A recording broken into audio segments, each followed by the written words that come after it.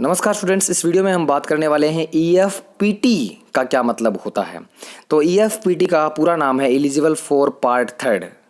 जी हाँ, eligible for part third.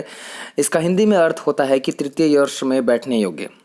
यह EFPT word second year की मार्कशीट में लिखा हुआ आता है, यानी कि अभी आपने सेकेंड ईयर की एग्ज़ाम दी है और आपके रिजल्ट में EFPT लिखा हुआ आ सकता है कि आप लोग थर्ड ईयर में बैठ सकते हैं। आप लोग जो है वो एक तरीके से पास हैं, कुछ ना फेल है ना पास है, बीच में अटके हुए हैं, ठीक है।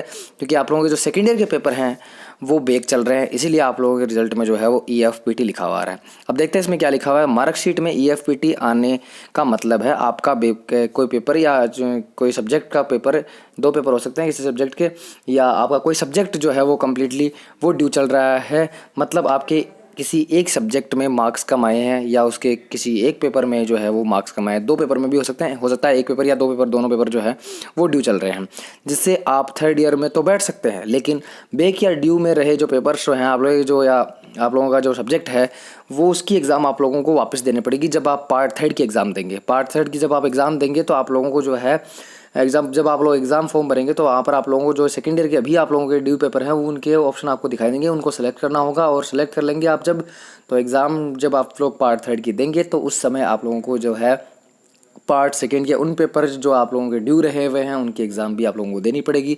अगर आप उनको क्लियर कर लेते हैं तो आपके रिजल्ट से जो है वो EFPT हट जाएगा, आप उनको पेपर्स को पास कर लेंगे। यहाँ पर नीचे देखिए कि ड्यू में रहे सब्जेक्ट या सेकेंड ईयर के ऑप्शनल सब्जेक्ट या पार्ट या फर्स्ट ईयर के रहे ड्यू पेपर हो सकते हैं। मतलब ये ज़रूरी नहीं है कि आप लोगों का जो है वो पेपर फर्स्ट ईयर के ही हों, फर्स्ट ईयर या सेकेंड ईयर के दोनों के हो सकते हैं, ज़रूरी नहीं है कि वो सेकेंड ईयर के हों। तो अगर ये जानकारी आप लोगों को अच्छी लगी है तो वीडियो को लाइक कर दीजिए, चैनल को सब्सक्राइब कर लीजिए और ज़रूरतमंद स्टूडेंट्स तक इस वीडियो को शेयर करना बिल्कुल मत भूलिए।